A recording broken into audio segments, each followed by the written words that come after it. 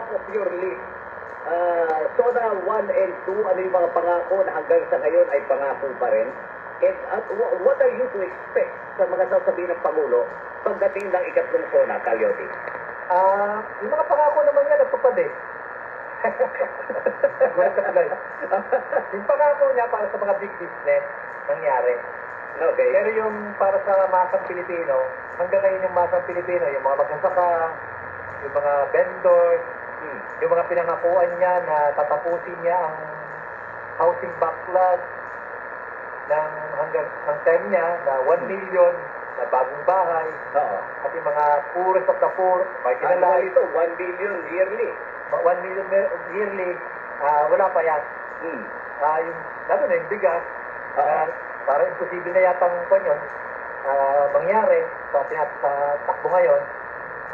Yung trabaho, employment, malabo na rin.